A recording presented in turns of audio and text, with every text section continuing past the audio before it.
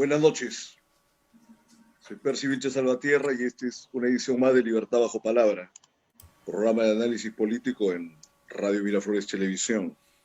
En esta oportunidad vamos a conversar con Quique Peramás, que es un conocido abogado, gestor público, 2 veces alcalde del RIMAC, a quien damos la bienvenida esta noche. Bienvenido, Quique. Hola Percy, un gusto de saludarte y felicitarte, ¿no?, por este espacio democrático y que es necesario en épocas tan difíciles para el país. Reitero mi felicitación a ti y a Radio Miraflores. Muy amable, Quique, como siempre. Bueno, ya mañana cumplimos 100 días bajo esta cuarentena tan mal llevada por parte de tirios y troyanos, Ejecutivo, Congreso y ciudadanía, ¿no? Bueno, que la ciudadanía tiene por lo menos la justificación de que ya no ha tenido otros medios para sobrevivir más que salir a las calles a buscársela, como se dice. Entonces, ¿cuál sería el balance de estos 100 días de cuarentena, Kiki? Bueno, si uno se basa en los indicadores y en las cifras, trágico, ¿no? Porque somos uno de los países que lidera la cantidad de infectados por la pandemia, por el COVID-19, y en el tema de la economía somos uno de los países que va a entrar en una etapa, ya entramos en una etapa recesiva, en una etapa de crisis nunca vista, menos en este siglo y en el siglo pasado, ¿no? Entonces, por donde lo mires, el resultado de lo que ha hecho Vizcarra es dramático, ¿no? Del presidente Vizcarra, puesto que ha puesto en riesgo no solamente la salud de millones de peruanos al no haber hecho lo que los especialistas y científicos le decían, y los profesionales al más alto nivel, y en el tema económico el haber no tenido una estrategia clara y precisa donde tanto el empresario como los ciudadanos sabíamos a qué atendernos. Entonces, el resultado en este caso para el presidente Vizcarra se lo jugará la historia, pero que ya este año mismo creo que la población va a actuar de una manera más distinta con este gobierno, ¿no? Bien, me das pie para comentar el tema precisamente de a dónde apunta el gobierno de Vizcarra. Porque bueno, hasta la cuarentena ya era bastante claro que tenía cualquier cantidad de subterfugios para acabar derivándole la responsabilidad de sus múltiples errores al Congreso, que ciertamente era obstruccionista, pero una vez que ya no hubo el Congreso, siguió con los mismos tambaleos y con las mismas deficiencias y falencias que se han amplificado en el curso de estos últimos 100 días. Las incongruencias entre los diferentes elementos que componen la PCM, por ejemplo, ¿no? Que hace unos días sale Martos, que es el ministro de Defensa, y dice, bueno, el 22 de junio se acaba la vigencia de los pases laborales y vehiculares y sale el titular de la PCM, Ceballos, a decir que bueno, que no, que las cosas estarán vigentes hasta que haya una derogación expresa. Entonces, imagínate qué calidad de comunicación se tiene al interior del mismo Ejecutivo, es terrible. Y mi crítica apuntaba en este orden de cosas a que hay gente que lo tilda a Vizcarra de ser un rojo, que inclusive ahora con el documental que le ha sacado Hugo Blanco, que está compactado con la izquierda, etcétera, que es antiempresarial. Y bueno, por otro lado, tenemos, yo creo que las pruebas más fehacientes de que su gobierno solamente sirve a quienes tienen ya bastante poder y bastante capital acumulado, ¿no? Como se ha visto con la distribución de los créditos de Reactiva Perú y todo lo demás. ¿Qué impresión tienes al respecto, Quique? Voy por el segundo lado de tu reflexión, ¿eh? Yo ahí no tengo mayor duda, ninguna, diría yo. Este es un gobierno que está al servicio de los poderosos de este país, de los que han gobernado siempre, ¿no? Así que el tema Reactiva Perú es la mejor demostración, bien lo has dicho tú, todo el capital concentrado en el grupo de empresas, en las cuales, si lo grafico de una manera, vas a su mall ahora, si te enfermas vas a su clínica, y si necesitas remedio vas a su farmacia, y si te mueres, terminas en su cementerio, ¿no? De los mismos grupos empresariales. Entonces, eso de ahí demuestra de qué está hecho este gobierno. Las críticas que es un gobierno de izquierda, eso tendrá pues algunos integrantes como el ministro de Salud que tiene un pasado comunista, pero muchos de los que lo critican ahora y que firman comunicados también tienen pasados comunistas, ¿no? O sea, entonces no me llama a mí la atención que eso sea una cuestión grave, ¿no? Y sí quisiera hacer una tingencia sobre el tema Hugo Blanco, ¿no? A ver. Nunca he estado yo al lado de las ideas de Hugo Blanco, siempre hemos estado en las antípodas. Lo recuerdo cuando yo era muy niño en el tema de lo que él constituyó el FOSEP y que logró la tercera más alta votación en 1978, después ya de la Torre Luis Bedoya Reyes, y su candidatura posterior, ¿no? Con el ARI, que verdaderamente no hubo mayor resultado electoral. Lo que sucedió en la década del 60 y el tema guerrillero uno lo conoce por la historia, pero entendamos también que cada hecho en su determinada circunstancia tiene un análisis respectivo. Y a lo largo de los años de la historia uno tiene que mirarlo de esa manera. Uno no puede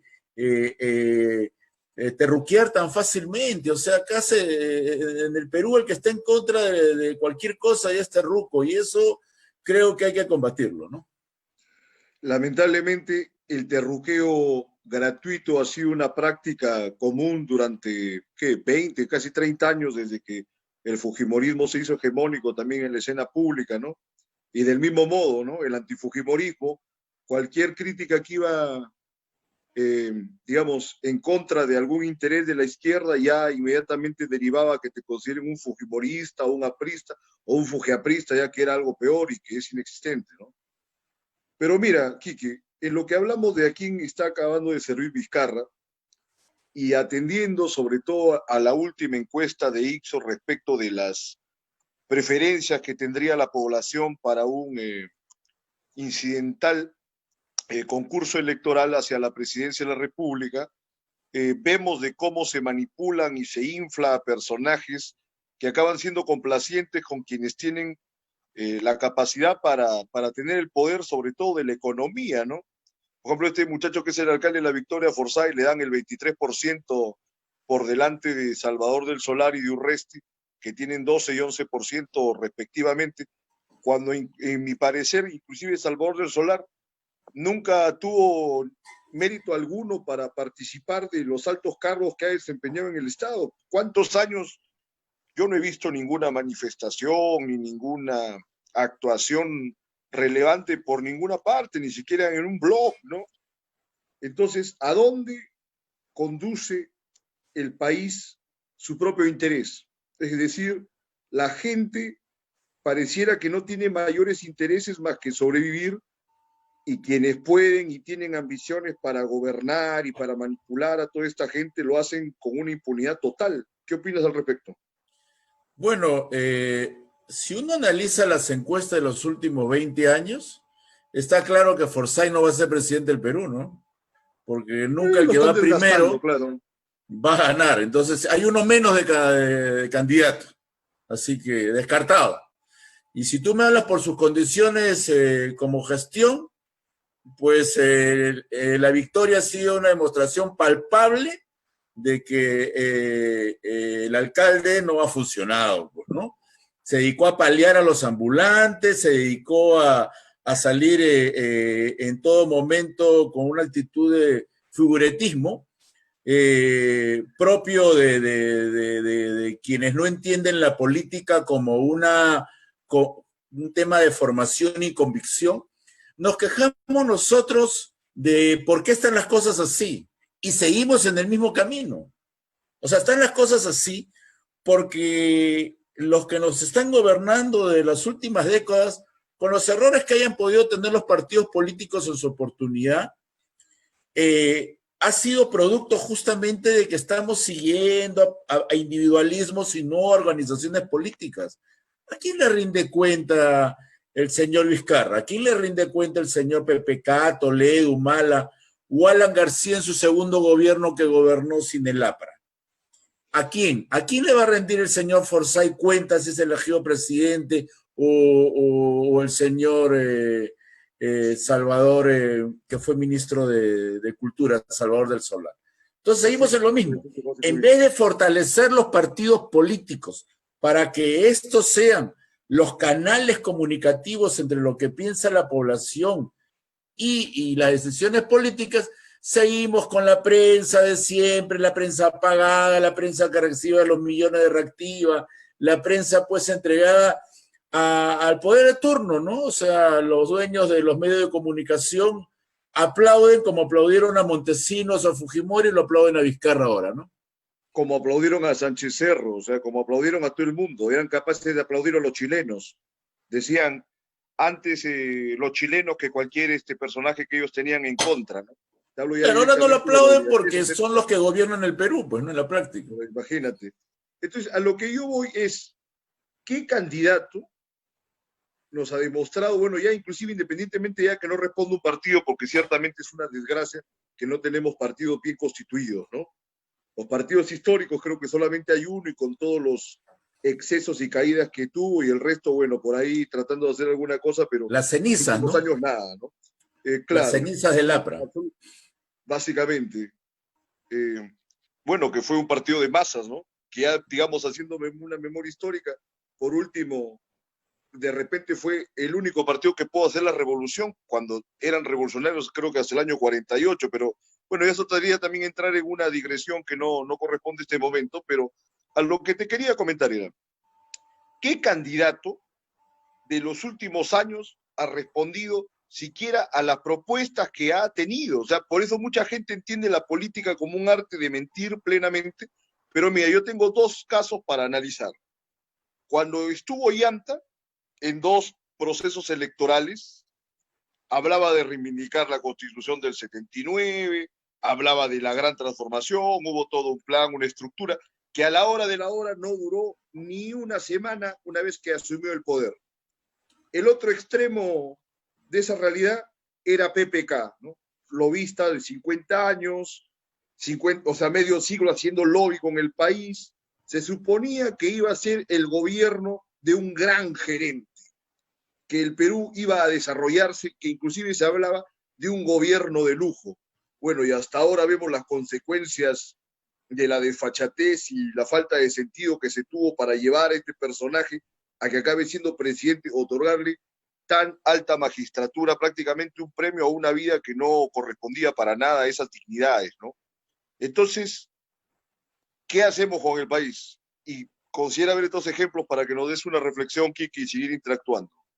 No, yo creo de que así como el APRA le hizo mucho daño al Perú con su sectarismo, el CEASAP, solo el aprismo salvará al Perú, el antiaprismo también le hizo mucho daño al Perú, ¿no?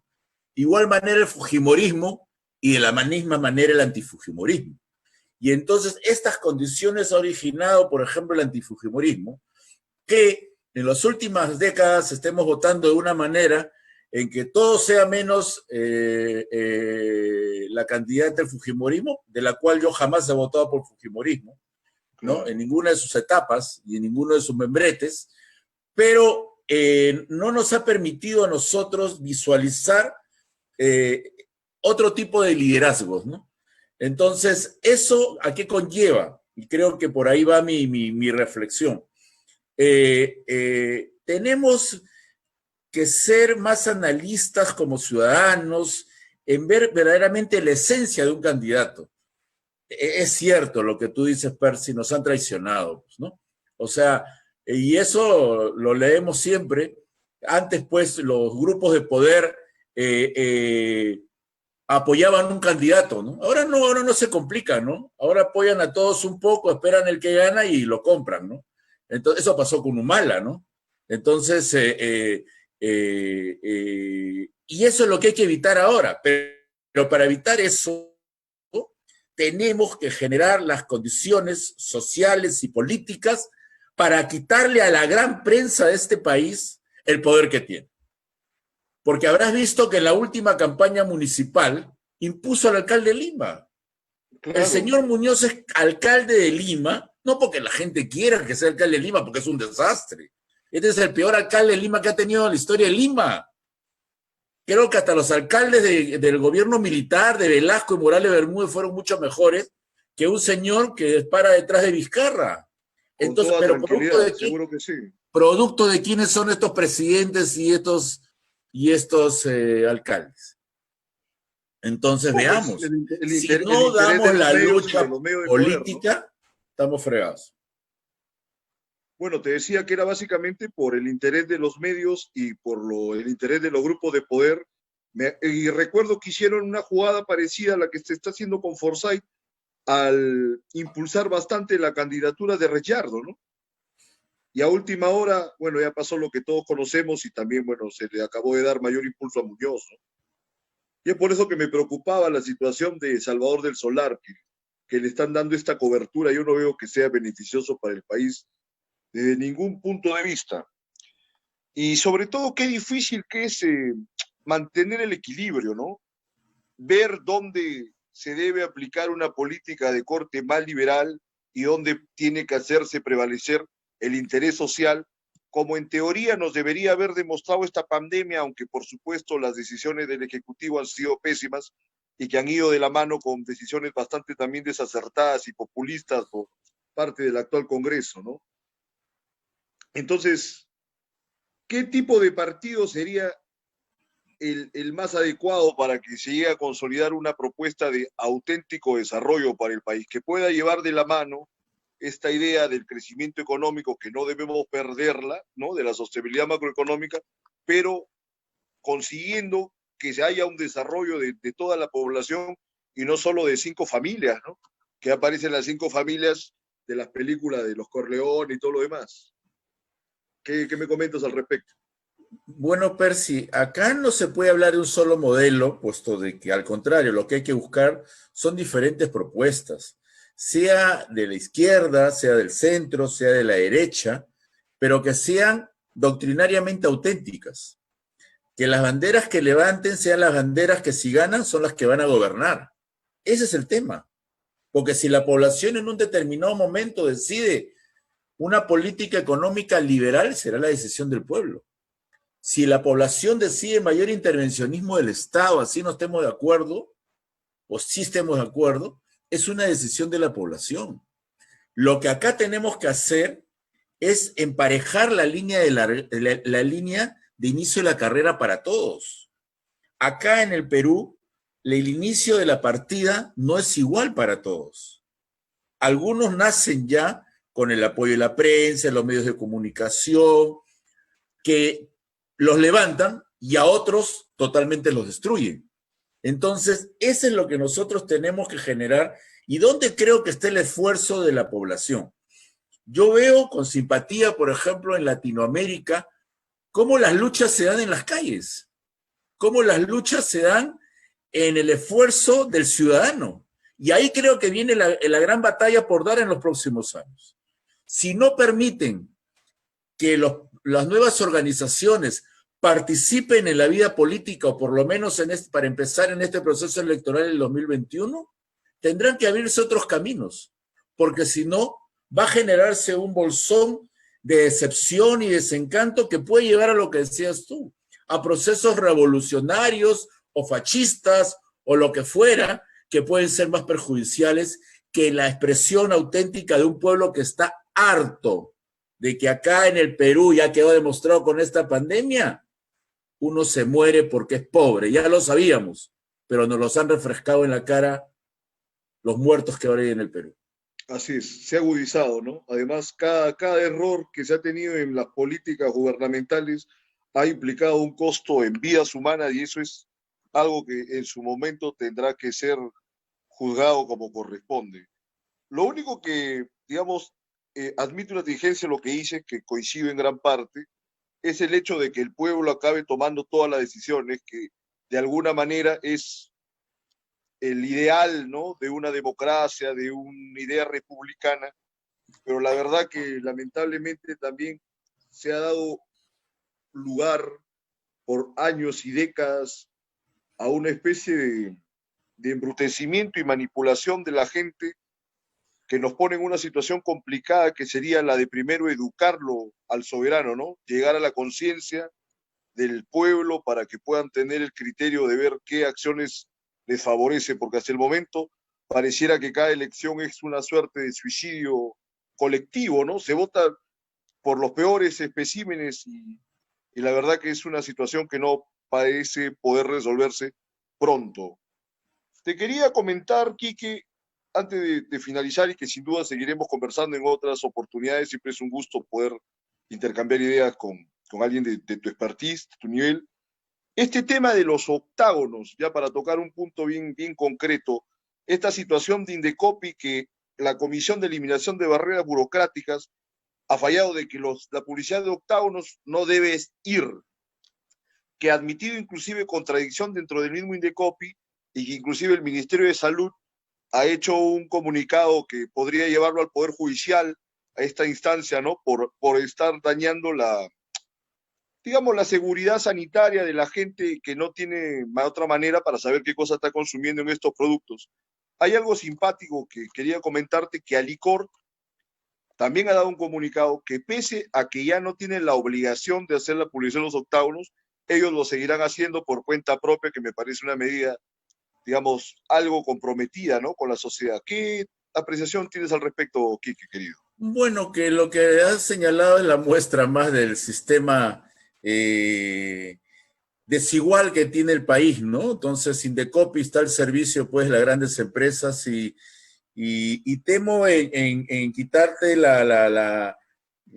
el buen ánimo y la ilusión que tienes con la anécdota licor, porque cuando si el Ministerio de Salud está diciendo que está impugnando, está suspendiendo el efecto administrativo de la resolución, o sea que a licor no está dando ninguna muestra de gratitud o de desprendimiento, es parte de un proceso legal donde al estar impugnada una resolución administrativa, donde inclusive la pueden luego ir a un contencioso judicial, ellos ya tienen sus artimañas, o sea, así como el comunismo tiene sus estrategias, ¿no? Y que lo ha demostrado en la historia de la humanidad, los poderes dominantes en este país tienen sus estrategias. Y en eso quiero tocar el tema que tú señalaste minutos antes, que el tema de la votación. El tema de la votación sí, pero es cuando tú tienes una población y una ciudadanía sometida a la ignorancia. O sea, la gran mayoría de la población no tiene pues la posibilidad de tener por lo menos una educación mínima. Entonces, ¿cómo le puedes pedir una votación que, claro, con el sentimiento, con la emoción, con la intuición, pero no es una ciudadanía que esté cívicamente preparada para dar un voto? Por eso que aparece pues un Forsyth, por eso que aparece un Chibolí, por eso que aparece un Del Solar, apareció un Fujimori o apareció X personaje, ¿no? Pero sabes que eso es lo peor de lo que estás comentando, que la gente no tiene cómo llegar a tener una conciencia clara de lo que sucede y además con la gravedad añadida que los políticos no cumplen con una función pedagógica y la prensa tampoco, salvo los espacios alternativos. Me acuerdo que toda la vida el fundamento principal que tenían los políticos era llegar a la conciencia de la gente y educarlo al soberano. Ahora, lo que me decía de Alicor, yo te lo comentaba en el sentido que Alicor es una empresa privada, pues, ¿no? O sea, no se ven exentos de esa responsabilidad por la exoneración o la situación que la Comisión de Eliminación de Barreras Burocráticas ha dispuesto respecto a los octágonos. Después, por supuesto, se puede especular cualquier cantidad de cosas, ¿no? Por ejemplo, he visto que quieren suprimir el nombre de la mazamorra negrita porque ya, bueno, están en la onda de que ya les parece algo racista. Bueno, ya son unas sutilezas que están en boga ahora, pero que no sé qué tanta utilidad pueden tener, ¿no? Y a veces se pasan de suspicaces. Bien, Quique, entonces nos despedimos hasta una próxima oportunidad. Ha sido un gusto, como siempre. No, gracias Percy, gracias a todos los amigos de Radio Miraflores. Creo que estos son los espacios que necesita el país. Ojalá que esto pueda replicarse y que puedan haber otros momentos también para poder expresar lo que otros no quieren que se diga, ¿no? Acá la lucha es fuerte y va a ser verdaderamente democrática, pero combativa, ¿no? Y nosotros, y déjame hacer un poco la publicidad, pero es necesario, estamos trabajando desde el Partido Centro Republicano con la idea justamente con una convicción de que los que ya gobernaron, ya siempre han gobernado lo de siempre. Ahora creo que le toca gobernar al pueblo. Muchas gracias. Muy bien, correcto. Hasta luego, Quique. Pasamos al siguiente.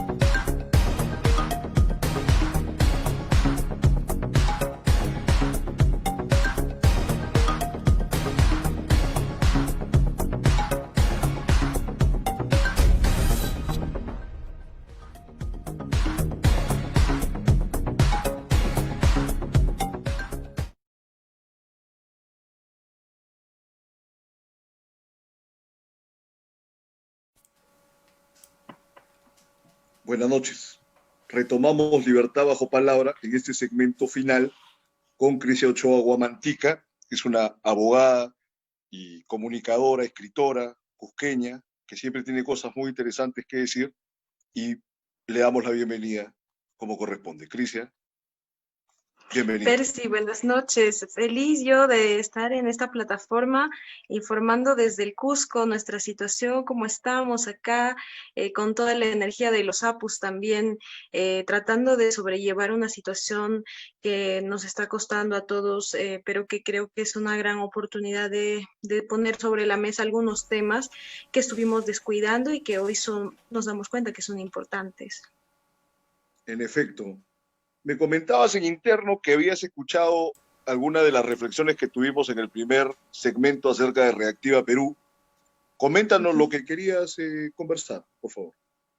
Sí, súper interesante lo de Reactiva Perú. Te cuento que hace poco en Cusco, desde la Cámara de Comercio de Cusco, que es una iniciativa privada, se estuvo impulsando un festival llamado Yanapay 2020, un festival para reactivar la economía de manera virtual y también de las micro y pequeñas empresas en el Cusco, debido a que ya sabemos que los intereses han llevado a que solamente las grandes empresas se beneficien de estos préstamos jugosos montos. Entonces, aquí se hizo una iniciativa colectiva muy interesante. Se hizo una iniciativa colectiva muy interesante con varias empresas que tienen mucha incidencia social en Cusco. Pusimos todos el hombro y con una cadena de restaurantes también se empezó a realizar pedidos para la gente, además que estamos nosotros hace ya buena cantidad de días de fiesta, es nuestro mes, el mes jubilar del Cusco, y ahí con ese motivo pues hemos estado tratando de sobrellevar la situación y de reactivar la economía desde la sociedad civil. Así que veo con tristeza que los intereses han llevado nuevamente a un gobierno que parecía que estaba dando clases de cómo hacer política pensando en las personas, a simplemente ignorar el 80% de peruanos que viven la informalidad y sobre todo a las pequeñas y medianas empresas que son el motor de nuestra economía. Lamentablemente, una vez más, los intereses de la CONFIEB y de grupos económicos mediocres están haciendo que lamentablemente muchos peruanos no estén siendo capaces de recibir también los beneficios que nos competen a todos y que lo estamos pagando todos con nuestro dinero. Muy bien. Estoy de acuerdo en gran parte con lo que dice. Creo que cualquier persona consciente de la realidad debería apuntar a una crítica en este orden de cosas, ¿no? Yo considero que la cuarentena ha desnudado el modo en que rige las cosas Vizcarra con su gobierno y con sus intereses y ya no admite ninguna justificación. Crisia. Sí. Ajá, ya. Entonces, bueno, vamos a pasar al tema de las disposiciones que ha dado el Congreso estas últimas temporadas. Tú fuiste candidata al Congreso esta última vez por el Cusco.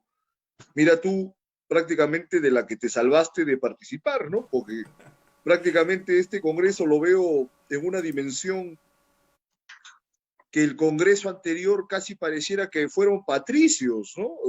Entonces una situación, bueno, has tenido la buena suerte quizás de no participar, esperemos que ahora para el 2021 pueda proseguir con ello, pero sin embargo, pese a que hay varias leyes que han sido dadas de una manera no considero premeditada, bien pensada, hay otras que sí han atendido a proyectos anteriores que creo que son muy positivos, como el de la paridad y alternancia de género para lo que son las planchas congresales. Coméntanos tú de tu posición, ¿no?, de política, como mujer, acerca de cómo ves este tipo de normatividad, Crisia, por favor. Bien, lo primero que quiero hablar respecto del tema es que por Facebook, pues todos estamos ahí en las redes y mucho más ahora en casa, que estamos encerrados. Hay muchos comentarios al respecto del tema paridad y alternancia. Por ejemplo, hay comentarios que yo puedo leer como, pero las mujeres deberían tener las mismas oportunidades que los hombres, ¿por qué ellas van a sacar su ley? ¿Por qué queremos esto? Si todo debe ser meritocrático, sacan a Keiko Fujimori como ejemplo de política peruana, etcétera. Y es muy saludable responder también este tipo de dudas, respecto de la Claro. paridad y la alternancia. Hay países que han conseguido su paridad y alternancia y las mujeres tienen las mismas oportunidades que los hombres en política y han conseguido este proceso porque han seguido el proceso. ¿Y qué es el proceso de conseguir la igualdad, la equidad, que nuestra sociedad sea cada vez más igualitaria a través de la paridad y la alternancia? Pues que nuestras autoridades nos representen también a las mujeres. Tenemos que recordar que en el Perú más de la mitad de personas son mujeres y no se siente y no se ve la participación activa de mujeres políticas en la vida pública, porque sabemos que los procesos históricos nos han llevado a ubicar a la mujer siempre en el plano privado, ¿no? En la casa, dedicada a los hijos, y de alguna manera se ha limitado. Se ha limitado, ¿no? Se había limitado, por supuesto, a la representación de las mujeres. Cualquiera que tiene dos dedos de frente debe estar en contra de eso, ¿no? Prosigue, Cris. Se limitó la participación de la mujer, sí, gracias, Percy, estoy teniendo problemas de conexión, pero continuamos. Entonces, ¿cómo se consiguen estos procesos de equidad? Estos procesos de equidad se consiguen con leyes. Se inició el 2003 con las cuotas, que no es la mejor, no es lo idóneo en estos casos, las cuotas. Se empezó con un 25% y ahora lo que se está exigiendo es continuar este proceso para tener una sociedad más equitativa. ¿Qué es lo que sigue entonces? Pues aprobar esta ley que justamente es lo que se ha discutido hace poco, paridad y alternancia. ¿Por qué? Porque a veces esas cuotas... Sí, a veces esas cuotas se dejan pasar, pero indudablemente tiene que haber una participación que quiebre con este orden que ha exigido sumisión por parte de la mujer, siendo que todas las personas que tienen cultura e inteligencia pueden valorar la igualdad potencial que se tiene a nivel mental de una mujer con un hombre, ¿no? O sea, lamentablemente el sistema ha propiciado que la mujer se vea excluida de una manera indebida y que de alguna manera los últimos años se está luchando por cambiarlo y creo que no hay ninguna persona con un coeficiente intelectual por encima de 80 que pueda estar viendo las cosas de otra manera, ¿no? Crisia, por favor. Pero lo curioso es que me gustaría explicar este proceso porque hay votos en contra y hay que ver que son de la bancada fujimorista y está encabezado este sabotaje está encabezado por una mujer y es Marta Chávez. Entonces, es curioso, tú dices, cualquier persona con dos dedos de frente piensa, necesitamos una sociedad igual para que las niñas que están ahora pequeñitas tengan una gran oportunidad de ser equitativas con la sociedad, que tengan las oportunidades. Que tengan las mismas oportunidades que cualquier varón, ¿no? Por supuesto que sí. Bueno, entonces, como te decía, quien está en contra tiene un coeficiente inferior a 80, pues, ¿no? Con las consecuencias que eso implica, no sé si se trata de coeficiente o de intereses personales, entonces yo creo que esto es muy importante para nuestro proceso democrático. Ahora que nos acercamos al bicentenario, esperemos que definitivamente no se va a solucionar todo el problema con la paridad y la alternancia, porque, por ejemplo, en Lima, si contamos los escaños y cada partido recibe solo el 25% de votación, ninguna mujer, y los hombres encabezan la lista, y aún así hay la ley de paridad y alternancia, ninguna mujer entraría como representante de Lima. Entonces, hay un proceso gigante que tenemos que recorrer todavía, pero es una gran iniciativa. Te cuento que desde Cusco, todas las mujeres líderes de Cusco hemos formado un grupo, aún así tengamos diferencias, aún así tengamos cosas en contra o peleas internas o externas, nos hemos unido todas, porque queremos trabajar para las niñas que vienen, poniendo a un lado nuestros intereses personales, partidarios, etcétera. Estamos haciendo un trabajo articulado, porque no solo depende del gobierno, también depende de la sociedad civil. Y en ese sentido quiero agradecer a las mujeres que me han incluido también en este proceso, en este grupo, que no son de mi partido, que son contrarias a mi partido. Es más, que a veces algunas no las conozco, pero que nos hemos unido en esta lucha porque necesitamos tener una sociedad equitativa al futuro. Correcto.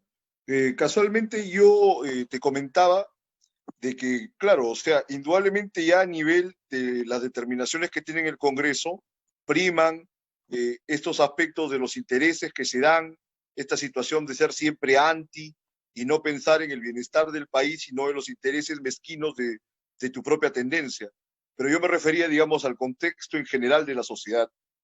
Alguien que ve con malos ojos este tipo de normas, yo considero que es una mala persona o es precisamente un discapacitado, porque eh, tendría que entenderse cómo se da en el sistema jurídico la dotación para que las circunstancias o situaciones en las que hay desigualdades se recorten, ¿no? Como en el derecho laboral, que hay principios, por ejemplo, que no es lo mismo, digamos, la capacidad y el poder que tiene el empleador con el que tiene el individuo como trabajador.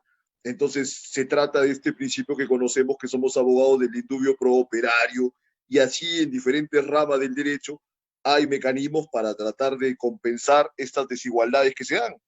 Y en el caso de la participación política representativa, hay la disparidad por la cuestión del género, hay la disparidad por la cuestión de las clases sociales, hay la disparidad por si tienes padrino, por si no tienes padrino, quién por te la edad. apoya, quién es tu financista. Es bien difícil, en realidad, participar del ejercicio de poder en una sociedad tan mal construida como la nuestra, que a veces dan ganas de rehacerla desde cero, ¿no?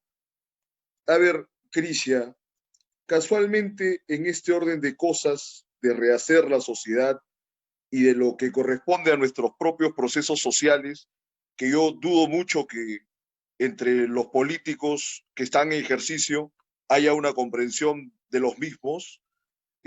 Se dio hace unos días unas controversias acerca de un documental sobre Hugo Blanco, un documental que han visto muy pocas personas porque lo tienen de una manera reservada quienes han sido los creadores, ¿no? Que casualmente es una cineasta cusqueña, Malena Martínez Estrada, creo plenamente su apellido. Entonces, contigo como cusqueña y además como descendiente, ¿no?, del líder sindical importante que fue Emiliano Guamantica y otros hombres que estuvieron en esa temporada como Saturnino Huilca y el mismo Hugo Blanco, etcétera, quería analizar esta situación, porque veo que hay por un lado una desmemoria y por otro lado lo que tú señalabas, este ensegamiento, ¿no?, esta ceguera acerca de los propios intereses que se defienden y acabó tildando de terroristas a Blanco, y creo que de esa manera acaban de terruquear prácticamente a todos los luchadores sociales o a cualquiera que está en contra del orden establecido que es negativo, ¿no? Coméntanos, Crisia, por favor. En efecto, yo quiero decir que tengo la suerte de haber visto el documental. Me invitaron 2 veces. La primera vez fue en Cusco, en el Teatro Municipal, que se hizo un evento bien bonito para conmemorar las memorias que recoge Malena Martínez, una gran directora que ha hecho un enorme esfuerzo por hacer este documental. Y por otro lado, me invitaron la segunda vez a comentar el documental como panelista y me mandaron otra vez la película. La estuvieron pirateando además, pero con esfuerzos colectivos hicimos que se llevara de la mejor manera este evento. Hugo Blanco en el documental, para los que han tenido la suerte de verlo, en la parte final del documental dice una frase muy, muy interesante que a mí me llamó mucho la atención y lo comenté cuando fui panelista, es que él menciona que es ser guerrillero, porque los tiempos han cambiado y todo cambia, ¿no? Todos sabemos eso. Ayer no soy la misma persona que soy hoy día. Y Hugo Blanco ahora en su mensaje dijo que el verdadero guerrillero es aquella persona que trabaja consigo mismo, o sea, que hace un trabajo interno, o sea, nos habla de una manera un poco más profunda respecto de qué es una guerrilla y creo que lo ha tenido bastante claro respecto de cómo funciona el sistema, qué es lo que hace con nosotros el sistema y cuál es nuestro rol. Y nuestro rol es trabajar en nosotros mismos, y lo ha dicho Blanco. Entonces, no sé si hay algún terrorista que piense así, que piense que primero hay que trabajar la parte interior, que si quieres cambiar el mundo, pues te cambias a ti mismo y mejoras tú mismo, y eso le contagias al resto y eres ejemplar. Lo mismo que decía Emiliano Guamantica, ser ejemplares, no tenemos otra opción. Si los políticos entendieran este concepto, se dedicarían en cuerpo y alma a ser ejemplares. Entonces, definitivamente acá hay intereses personales, hay intereses de grupos económicos por desprestigiar la lucha social que nos ha traído muchos beneficios, como es las 8. Indudablemente, las 8 horas, etcétera, la mayoría de los derechos sociales que se han conquistado en las sociedades democráticas occidentales, hasta liberales, se han debido a movimientos populares, ¿no? Sino que acá tenemos el mal hábito de satanizar cualquier actividad masiva, ¿no? Tanto odio que hay en el país, Cristian. Lo que tú me hablabas de Hugo Blanco parecía que era un santón, ¿no? Un viejo sabio. Ha tenido Pues creo que la vejez a ha todos tenido sus nos momentos tiene que candentes. traer un poco de sabiduría, por más que seas guerrillero o seas político o seas economista, emprendedor, cuando uno se hace viejo se da cuenta de qué es lo importante y qué es lo importante, Percy, el tiempo, nuestro valioso tiempo que lamentablemente mi generación, la generación Z, estamos derrochándolo en consumir y es una crítica a mi generación y su generación tenía sus propias críticas y lo que hemos venido a hacer aquí es mejorar eso. Y lo que tú mencionas, Hugo Blanco parecía un santón cuando decía eso definitivamente, porque es una persona lúcida que entendió que lo importante es nuestra conexión con la tierra, cómo cuidamos nuestro planeta, a qué dedicamos nuestra vida, y no es el único político, no es el único luchador que habla de esto, hay más personas, está Mujica, que con errores y todo también tiene esa inclinación, y hay otras personas que tienen otras inclinaciones, ¿no? Entonces habría que preguntarse quién está detrás de esto.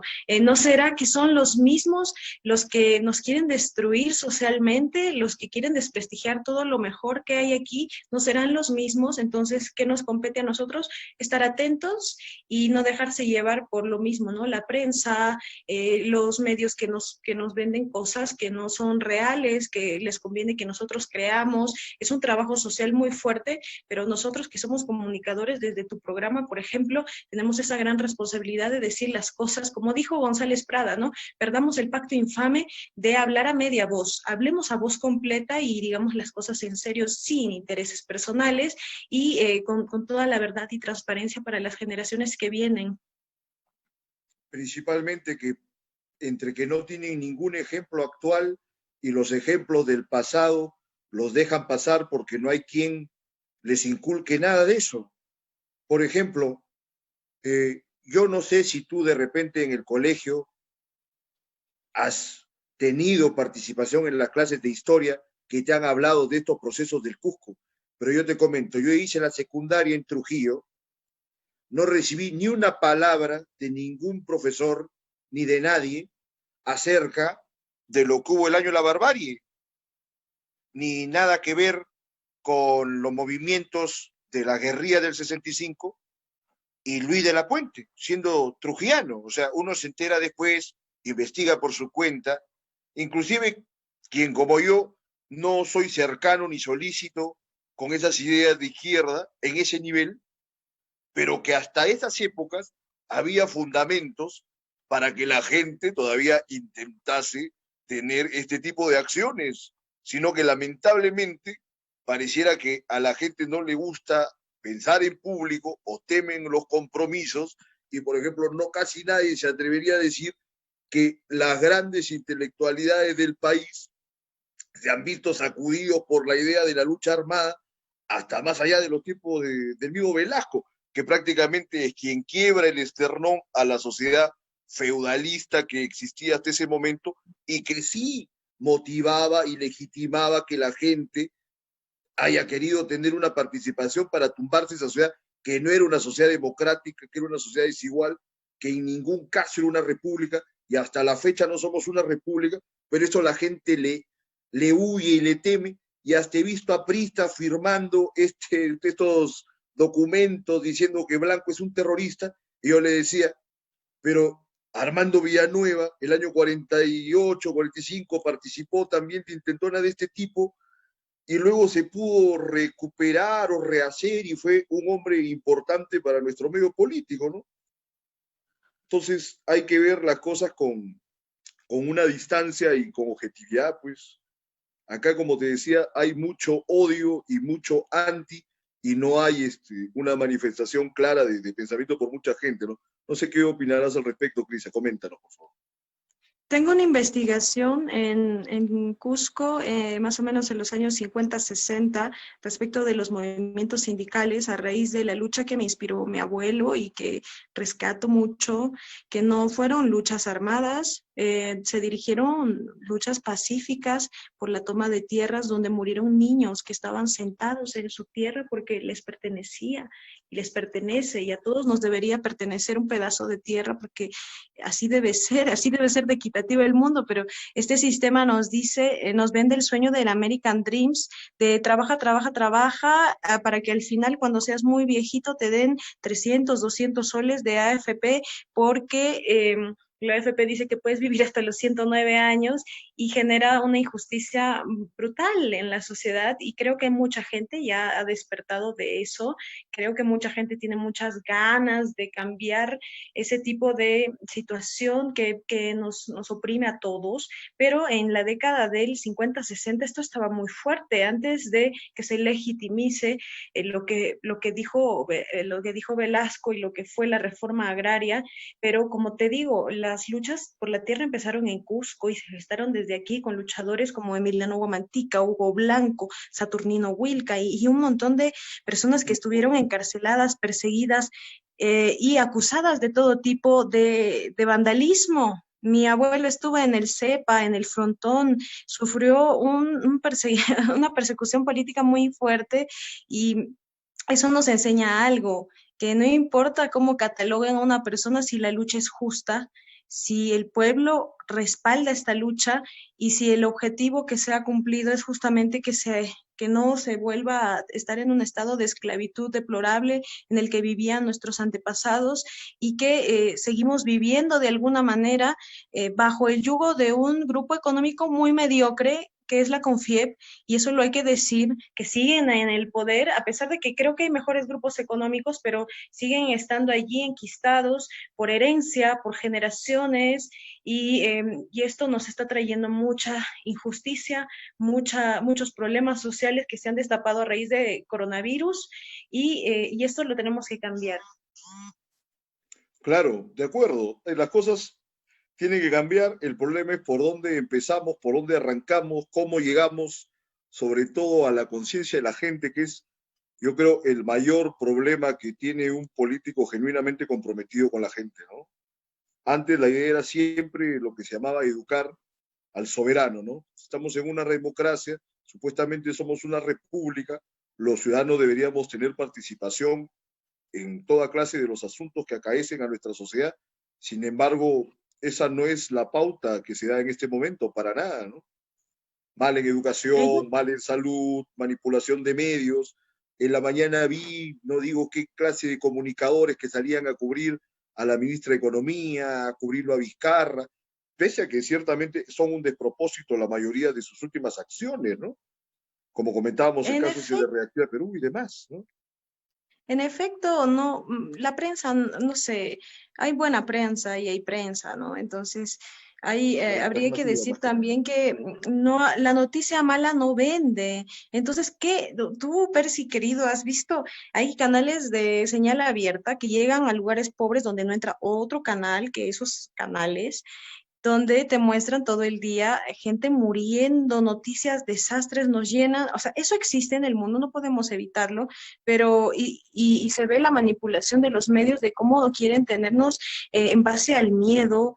Hay mucha gente que está haciendo cosas increíbles para salvar vidas, hay muchas personas que han construido aparatos, hay muchas personas que están haciendo su aporte social, pero a esas personas no se les da la ventana, no se les está abriendo la posibilidad de mostrar que se está haciendo grandes cosas, sino todo es mala noticia, todo es seguir a un político o las encuestas truchas. Entonces, ese tipo de manipulación también tenemos que analizarla, y creo que tenemos que criticar también en buena parte que las políticas estatales, sobre todo las leyes, sigan permitiendo que los medios de comunicación no estén regulados. Se ha demostrado que se puede dar educación de manera ideal y a través de los medios electrónicos, televisión, radio, y también el Internet. Se ha demostrado que se puede. ¿Dónde están las gestiones del Estado para conseguir Wi-Fi gratis de antenas que están en países cercanos? ¿Dónde están esas gestiones? ¿Dónde están las gestiones para convertir a los medios de comunicación en una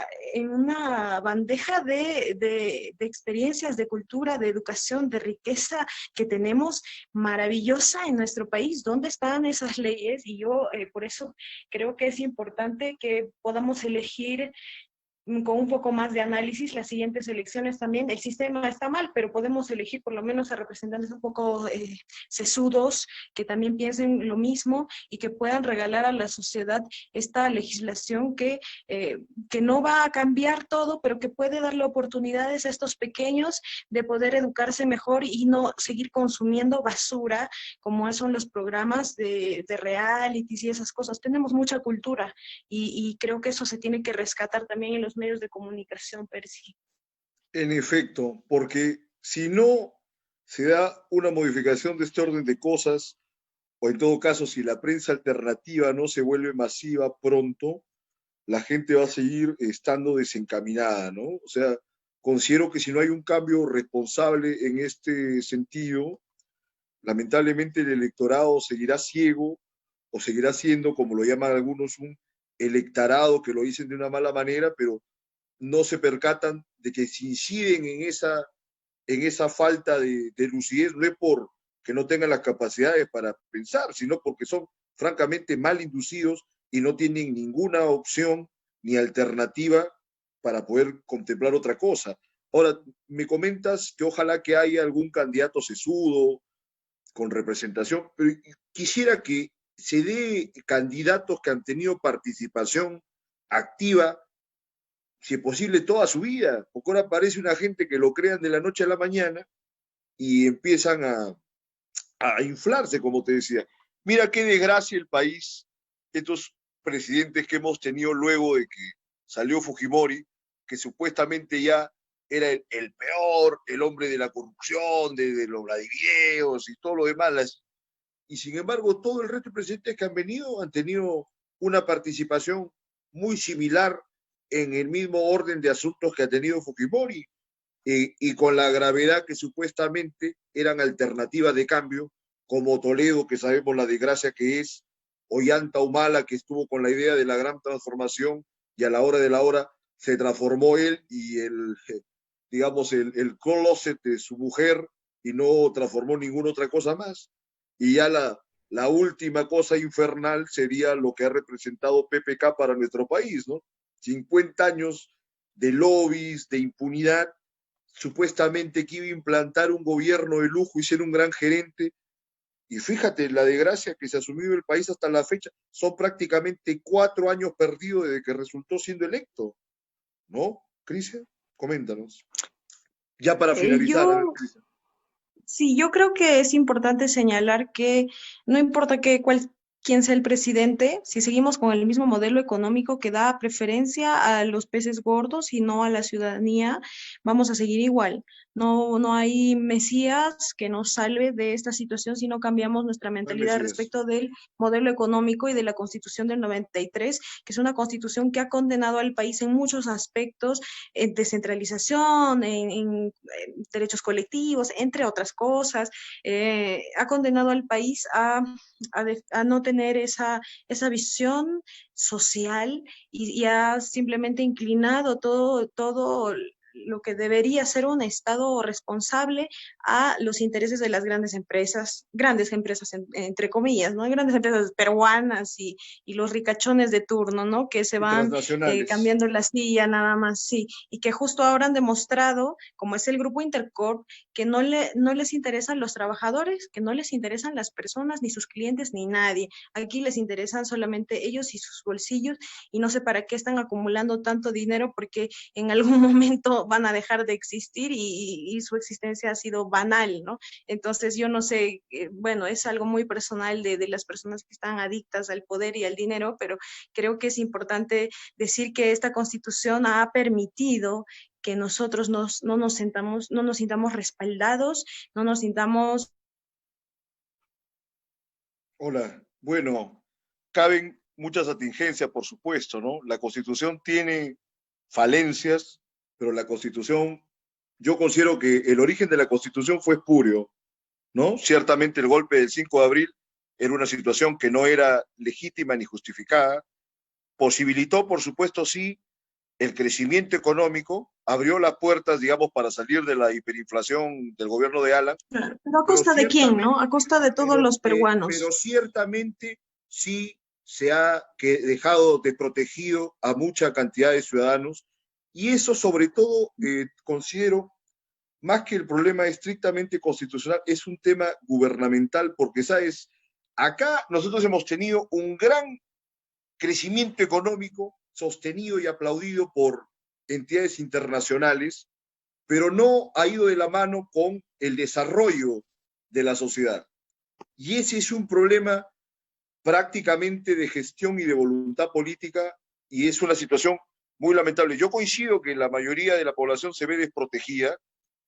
Por supuesto, qué bueno que haya discrepancias, ¿no? Pero en eso sí, no, yo creo que nadie podría estar en desacuerdo, porque todos los especialistas en gestión pública saben que acá se ha dado un crecimiento económico que no ha revertido en beneficio de la gente. ¿Eso qué significa? Que ese crecimiento económico ha ido a favorecer a 5 familias, que son como las 5 familias de la mafia de los Corleones, etcétera, no al pueblo, y eso sí es un atentado contra la gente, Cris, estamos de acuerdo en ese sentido. Qué bueno, querido Percy, te agradezco mucho por la oportunidad de estar conversando contigo. Te mando un gran abrazo a todas las personas que nos han visto, que nos sintonizan, a seguir construyendo una sociedad más equitativa, a seguir dando lo mejor de nosotros también en estos momentos de crisis. Y yo creo que hay que ver las cosas con mucho optimismo, porque las generaciones que vienen traen sorpresas, las generaciones que vienen son aquellas que van a demostrar que se puede hacer un cambio, y quizás nosotros ni lo veamos, pero por ellos hay que hacer la apuesta. Y nada, les agradezco, un abrazo gigante para ti desde el Cusco y un abrazo para todos también en Lima. Mucha fuerza, que ya salimos de esto. Muy bien, Crisia, gracias. Y muy, muy importante lo que nos comentabas de ser ejemplares. Esperemos que sigamos en este camino, así que ya estamos en contacto y seguiremos conversando con mucho gusto, Crisia. Te agradezco tu participación. Buenas noches. Gracias. Y buenas noches. Bueno, eso será todo por hoy y hasta la próxima semana en Libertad Bajo Palabra.